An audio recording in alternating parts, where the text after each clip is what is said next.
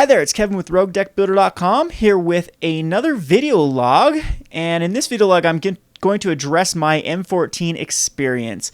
And anyhow, I'll just get right into it. These are my prize pack winnings here. Got 8 packs for taking second place. This was actually in the morning pre-release, so I redeemed myself from my awful 3-3 finish in the midnight pre-release. But to my defense, I've never seen such a horrible pool of cards pulled than what I pulled on the M14 midnight pre-release. I pulled 2 Quickens. I'm trying to think of my other rares here. A Tidebinder Mage, and I can't remember my other rares. I mean, they were pretty bad kind of bulk rare. I don't think I pulled any value. I think the Tidebinder Mage was the only thing I pulled that was worth anything. And then as far as removal, I had a whopping Pacifism. And then 2 of the, is it called Hunt the Weak? I think it's, I can't remember what it is, where you put a +1/+1 counter on your creature and then it fights something else. And I didn't have any big creatures, so it was kind of horrible. It was a lot of times I just have to trade my creature to kill their creature. And I only had 2 of those anyway, so a whopping 3 total removal in my deck. And the first round, I just got blown out of the water by a black-blue deck with, like, man, he had like 2 Doom Blades and 2 Celestial Flares and 2 Pacifisms and 2, you name it. The guy just had so much removal. And both games went like this. He put down a Child of Night, and then I got beat over the face by a Child of Night the rest of the game without being able to put anything on the board without getting immediately removed. So I started off 0-1, then it was the same scenario the next round against a red-white deck with Pacifisms and Celestial Flares and Chandra's Outrages and Flames of the Firebrand and and not only that, but my one of Pacified got beat by a main-boarded Destroy Target Artifact or Enchantment and gain 4 life card, 3 mana, I think, sorcery speed or an instant speed, I can't remember, but it's a reprint, and my one of Pacifism was destroyed by a main board Destroy Enchantment, and I was pretty tickled by that. And then my next round, so 0-2, my next round I went up against a younger kid, and we were both 0-2, so I'm like, okay, I can win this. There's no way I'm going to lose this. And proceeded to get my head beat in by a Kalonian Hydra that got cloned. And the funny thing is I actually dealt with the original Kalonian Hydra with a Pacifism, but then he cloned it and got beat over the head with the second one. So it was, then game 2 was, or that was game 2. Game 1 was hilarious because I had him basically dead, and I had a horrible draw. I mulled to 6 and kept a hand with the Muscle Sliver and 2 Troll Hides. Troll Hides were probably my best card in my deck. That's how bad my deck was. So I went like second turn Muscle Sliver, and he was playing Rug, mind you. This actually plays a pertinent role in the story. He was playing Rug, I was playing green-white, and I played Muscle Sliver, then Troll Hide, and then I had no other play in my hand because I was getting mana flooded. Played the other Troll Hide on my Muscle Sliver. I'm like, okay, I can beat him down with a 6/6 Regenerator. And lo and behold, he, 4th or 5th turn, he finally gets his second blue source, and he plays a main-boarded Tidebinder Mage, the Merfolk dude. The 2/2 comes into play, tap a red or green creature, and keep it tapped down until I can kill the... And then I didn't draw into any other sort of removal to get rid of that stupid Tidebinder Mage. I think I had a Pacifism in my hand too, and it was pointless to pacify it as it would not untap my 6/6 Regenerator. And so I lost to a 3-color deck that main boarded a double blue card that I consider not even main board worthy. Even if you're playing mono blue. I mean, it's a 2/2 bear for 2, but even though I was playing 2 colors, I don't even know if I'd main board a Tidebinder Mage. I think it's more of a sideboard card if you happen to be playing against a red or green deck. So I was, by that time, like, oh, come on. I can't believe I'm dying to this. You know, I pacify the Kalonian Hydra, and lo and behold, he's got a clone as one of his rares. You know, it's the one of answer to the Pacifism on, and that's just how the day went. So... end up 0-3, and I'm like, I might as well stay in, even though I'm out of prize support. I can't. I've never gone worse than a 3-3 at a pre-release, and, you know, going 0-3, you start getting paired against really, really new players that aren't familiar with interactions and just are to make kind of bad mistakes to begin with. They think they always think you're bluffing when or don't call your bluffs correctly, so you can just attack in with a 3/3 when they've got a 4/4 on board because they think you have like a giant growth in hand or something, and you don't, and you just get in there for like 9 points of damage before they decide to sigh and actually block it, and then realize that you didn't have it the entire time, and then they second guess themselves the next game when you do have the pump spell and whatnot. So it's kind of funny playing against those type of players that, you know, really beat themselves rather than you beat them. But anyway, so ended up the match 3-3. So I got my I didn't have my worst pre-release ever. I guess I did drop Avacyn. I did drop after I went 1-2 and Avacyn restored because I wasn't feeling well that day, and my cards had just all got stolen, and I was just done with Magic. But anyway, that's another story for another day. So I redeemed myself in the next event, the M14 event, the morning event, which I said I had around 30 to 40 players, and my pool was, again, the rares were terrible. I played one rare in my entire deck, and it was a goblin something, the one that's mooning the one, the picture that's mooning everyone. It makes them attack, makes all their creatures attack, and it was pretty bad in my deck because I didn't want them. Well, it was okay. It actually did do some decent stuff, but I basically just put it in my deck because it's a 2/1 for 2. That's how desperate I was. And I had a Child of Night and that, and a bunch of, I think I had 3 of the 4/1s for 3 mana. The 4/1 beasts are elementals that are for 3 mana, 2 and a red. And then I had a 1/1 First Strike Sliver and a 1/1 Festering Newt, and I think I had another 1/1 generic creature that I was playing in the deck, and I basically was really lucky and a lot of times curved out perfectly with a first turn 1-drop into a second turn, hook it up with a Dark Favor, or I had a couple enchantments in my deck that were pretty decent. Lightning Talons, I think it is, the +3/+2 on first strike and whatnot. But the great thing about that pool is I had a total of, I believe, 7 main boarded or really good removal. I had 2 of the 5-mana black spells that destroy a creature. What's the downside to that? I can't remember exactly what.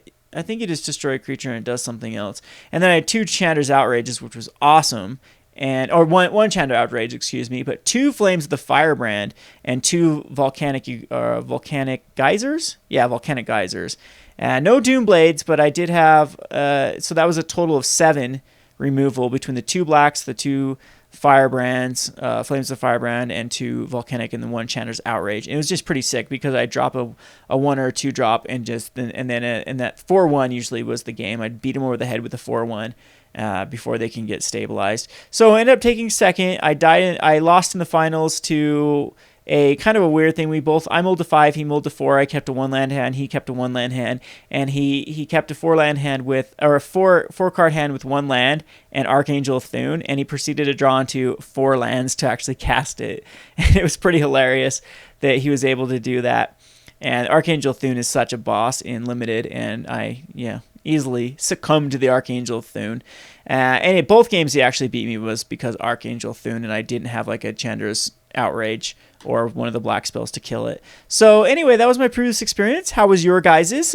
One thing about sealed, I think it is probably a pretty bad sealed format. I think that it was a general complaint around the tables that you did not have enough creatures to work with. Don't like the sealed format, but I'm looking forward to draft. I'm really looking forward to draft, and maybe that's what I'll do here. I was going to give these out as prize supports, and you can see see how bad this looks. Yeah, maybe I might try to do a video opening. I don't know. I'm not the biggest fan of pack openings. I know you noobs are, that you guys love. I don't know why people love pack openings so much, but some of the most popular channels on YouTube are just people that sit and open in packs. I mean, of course, I like MTG Headquarters because he actually spices it up and talks about some nostalgia with all the cards and really explains them.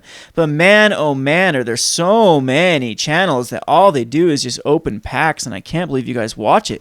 So boring. Anyway, so I don't think I'm gonna stoop that low and actually go for the pack opening. I think I still will give these out as prize support, but I'd like to kind of open some of these and see exactly how you would draft them. But I don't know. Let me know if you guys want me to open these as like an M14 video pack openings. Let me know. If not, I'll give them out as prize support. We'll come up with some sort of competition where we could figure out how to give these suckers out for prize support. And if not, like I said, if you guys have enough interest, I will open them. I'm not a big fan of opening packs. You lose value as soon as you open them.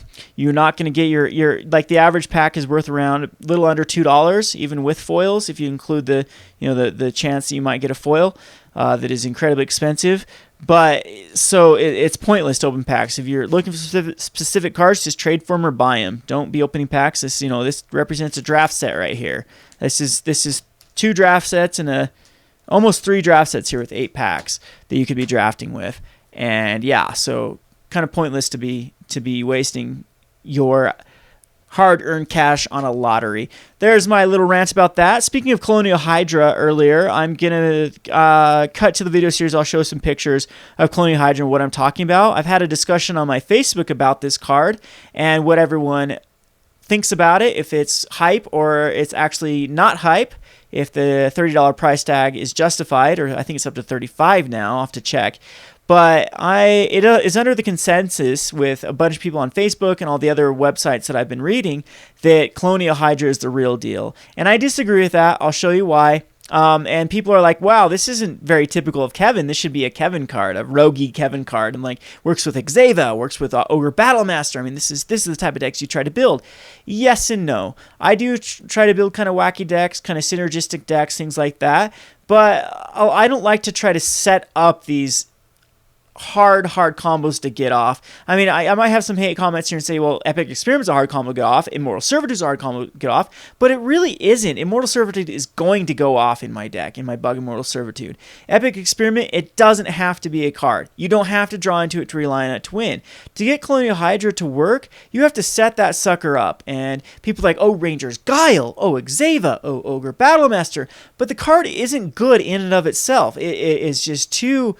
It isn't resilient to removal. It doesn't impact the board immediately. And I guess I'll just talk about that. I'll do it right now. I think I can, without looking at my notes here, I can think of what I'm talking about. I made a list on Facebook of every removal that takes care of Kalonian Hydra. And the big one is Mizium Mortars and Dreadbore that I really want to talk about. Because those cards... Mizium Mortars is one of the most used card in block because it's the best removal they have in block. They don't have Searing Spear. They don't have a few of the other cards for hard removal. And it's the 4 toughness is very pertinent in block because of Loxin and Smiter.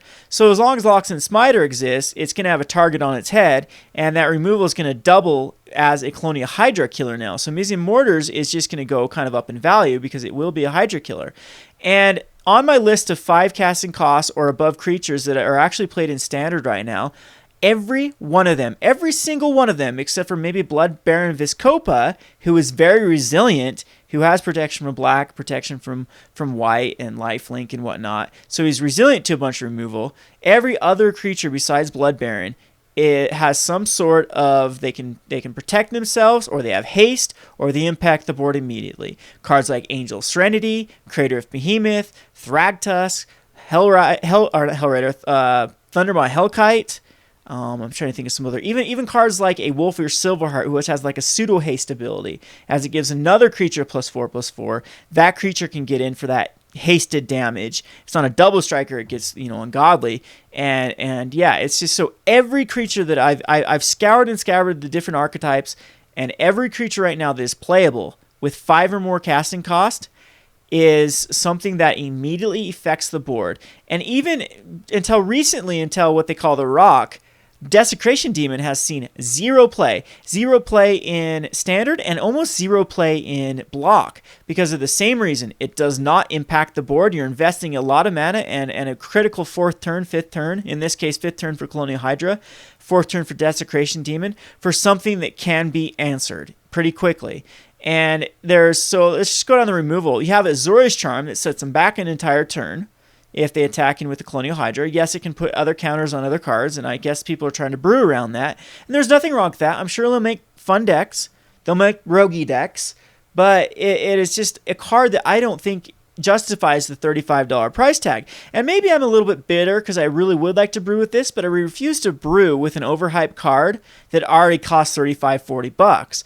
If Voice of Resurgence was very, very cheap, I'd probably be brewing with it like crazy because I like to give cards the benefit of the doubt and the spotlight they deserve if they're being underplayed. But Kalonian Hydra is anything but underplayed. And like I said, I'll probably put some of these pictures up to see what I'm talking about. And I got to actually see that even in M14. There's a lot of people that opened up Kalonian Hydra, a couple people sitting next to me, and it just got answered. It died to Doomblade. It died to pacifism.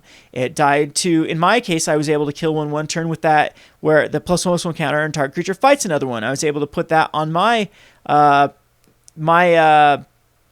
Griffin guy, which attacks the 2/2 Griffin, attacks against +1/+1, becomes a 3/3, and then I hunt the weak afterwards when it still had the +1/+1 and traded it with the Kalonian Hydra, which, yes, they did 2 for 1 me there. And another game I actually did kill it with something else. I think I had the 4/4 for 4. Then I just targeted the Kalonian Hydra and killed it. So I mean, even in M14, I had answers for it. Chandra's Outrage is an answer for it. Volcanic Geyser with I guess you'd have to invest 1 more mana, but that is actually a scenario that would pan out a lot, because on their 5th turn they drop the Kalonian Hydra. On your 6th turn you have enough mana to kill it. These scenarios happen all the time. Now, and then even cards like Unsummon, I don't know if Unsummon's actually, but Time Ebb, things like that at least deal with it for now. And yes, it is a bomb. It's a huge bomb limited, don't get me wrong. But it isn't as big of a bomb as I'd even say like Garruk Primal Hunter was, or even the new Garruk might even be a better drop, because it impacts the board immediately when it comes out. And yes, like I said, I heard the stories of Kalonian Hydras just, wrecking face all day long. And it happened to me after he cloned it, after I pacified it. But I got to see how big of a hype it even was in the M14 sealed. And now if we try to put that into perspective of standard, where it's got Mizium Mortars, Azorius Charm, Detention Sphere, for right now, Oblivion Ring, even Pacifism works, the Fiend Hunter, the new Fiend Hunter type guy, the anything that bounces it, if it becomes a huge threat, we got Sin Collector that deals with it, and the new Lifebane, oh no, it's not Sin Collector, sorry, the new Lifebane Zombie that deals with it. We have so many, Tidebinder Mage deals with it. There's so much hate even in M14, and the existing sets like Doomblade, Murder, Putrefy, Orzhov Charm, which ends up doing 4 damage, but still. And with all the 5 casting cost creatures that I named before, you at least get some sort of value, like the Thragtusk, the Thundermaw Hellkite. And let's just compare to Thundermaw Hellkite for now. So Thundermaw Hellkite, you cast it. It's got 5 evasive flying damage that taps down all their flyers. So it's going to get in for 5. And then the next turn, it is going to get in for another 5, while the Kalonian Hydra gets in for 8. So it's already up a net 2 damage, let's just say in a Goldfish mode. Yes, in turn 3, the Kalonian Hydra is going to be, huge. It's going to be a 16/16. But by that time, the Thundermaw Hellkite will already have done 15 damage. In your red deck wins, you better have already relied on doing 5 damage by turn 5, or you're so far behind. Even if you're like Jund as a finisher, or UWR, you're still going to get a little more damage before Thundermaw finishes the game. So even for Jund, I am still going to go out on a limb here and say that Thundermaw is by far the better finisher than the Kalonian Hydra. And Sublime Archangel kind of reminds me a lot of Kalonian Hydra, because there was a ton of hype with Sublime Archangel. And Sublime Archangel is actually something that impacts the board immediately as well. So it's just all my decks, all these cards that I named before also have besides Bloodbearer and Vizkopa, can get in for some value before a Supreme Verdict or a Terminus and cards like that. So I don't know, guys. I know I'm going to get a lot of hate for this, for dissing the Golden Child here in M14, the $35 Mythic and the Kalonian Hydra, that everyone is just wet their pants about. But I really do not think that it's going to really see an impact on Standard. And I'll bite my words. I was wrong about Domri Raid, and I may be wrong about this. So we'll see. Like I said, I'm not trying to offend anyone here. I'm not attacking your mother, so please don't take it that way. If you like the card, great. If you think it's the greatest thing ever, great. Go and brew with it. I hope you have a lot of success with it. I just don't see it as impactful as everyone thinks it's going to be. So let's move on now. I've talked about my M14 experience. Oh, one last thing I am going to talk about is you are free to to bash me. You're free to complain about me. You're free to call me whatever sort of name you want on my YouTube channel. I never censor that kind of stuff. You go for it. But I have been doing some video series trying to unite the community lately, and I am a little ticked off, to say the least. I'm a little bit embarrassed by some of my fans and whatnot for the way some of the comments of just the attitude you've been treating my guests lately. I don't want to say you personally. Some people have been treating my guests lately, whether it be Sith Lord or D-Lots or my guest channels for the Rogue Roundup, or now with New Law Student. I understand a lot of people don't like New Law Student. New Law Student and I go way back. We started YouTube channels at roughly the same time, and we actually bounced ideas off each other. And so, yeah, if you have a personal vendetta against him, fine. You can take it to his channel. You can bash him all you want on his channel. But while these guys, especially someone like D-Lots, who's just so incredibly nice, and then I see these comments bashing him on my channel, I'm putting my foot down right here, and I'm saying knock that crap off, because I'm not going to take it. I'm not going to deal with it whatsoever. These are my guests. I expect them to be treated like guests, I expect them to be treated with respect. They're not, they're guests in my house type thing, and I'm not going to take it. So if you're not in that category, if you have been supportive of this, thanks a lot. That means a lot to me. If you've been a little bit rude or rash, I just please save it for me. You can complain about me all you want in my videos. I'll take it, but do me a favor and do not be bashing my guests. I'll get into a little bit of psychology here, since I am a psychology major. I did graduate with a degree in psychology. And one of the things I focus on is personality theory. I'm an ENFP. Look it up. ENFPs are coined. They're nicknamed the champion. And one of our pet peeves is when we feel one of our loved ones or friends is attacked. We usually have no problem with people attacking us personally, but as soon as someone that is close to us or means something to us is attacked, whoa boy, you've just awoken the sleeping dragon, and watch out. And I'm not going to say I'm an internet tough guy here and will do anything catastrophic. I'm just saying that it kind of ticks me off, and I hope you guys have enough respect for me as a creator. I mean, watch my channel, to give my guests a little bit, even more respect than you give me, because they are guests on my channel, and I don't want them to feel bullied or just, overly criticized, and I don't want them run out with a pitchfork. And a lot of these guys are new too, like D-Lots and Sith Lord. They don't have a lot of experience with filming even audio or video. And I went to them, I said, hey, come do this. I really like your channels. This would give you a way to kind of get your name out, and I want to hear your opinions. I think everyone's heard my opinions more than enough, because I'm a very opinionated person. And then I just see these wall of text of people that are just, calling them all sorts of names and blah, blah, blah, blah, blah. I've had it with it. Knock that crap off. I guess I've addressed it. We'll move on from now. Thank you for being a big supporter of this channel. Gonna give out a prize when we hit 3333, which 3 is my lucky number. I was a huge Patrick Waugh fan growing up. Go Avalanche for all of you. I've got a Penguins flag back there. It's deceiving. It's kind of old school Penguins. Not a big fan of the new school Penguins, so there's my Avalanche. See? There we go. That's my team. The good old Patrick Waugh, Joe Sakic days. The good old days of it. So I grew up idolizing Patrick Waugh. He was an eccentric, funny dude. Yeah, I know a lot of people hate him because he is kind of an ornery old bat. And after his hockey career, he's done some very embarrassing things, and I'm the first to admit that. But I always liked the number 3 because of Patrick Waugh. So in celebration of Mr. Waugh, of Patty, we will be giving out a prize when I hit 3333 subscribers. Haven't figured out exactly what that prize will be. Eventually, I will get to it. Holy balls, this video is already at 25 minutes. I think we've addressed everything. I'll put some pictures up for the Kalonian Hydra. I guess this will be not pertinent because this will be at the end of the video, but the website is still coming along. We've ran into some hangups. I've decided that I'm the worst person when it comes to creating a website ever, so be patient with me. We do have sponsors. We have sponsors supporting prize support. Should be a great experience. Everything all the money that I get in this channel, trust me, I give back to people. Playmats are coming out. Deck sleeves, things like that, t-shirts. I'll be giving out a crap ton of that. Be looking forward to the Kickstarter. So if you like the channel, you want to support Roguedeckbuilder.com, I have some huge plans, and one of them right off the bat is to get better video editing software. I mean, look how crappy this webcam is and whatnot. So all the money that I will receive from that Kickstarter will be put directly back into new technology and new fun stuff. We have huge ideas for the websites. Very interactive. You'll enjoy them, I'm sure.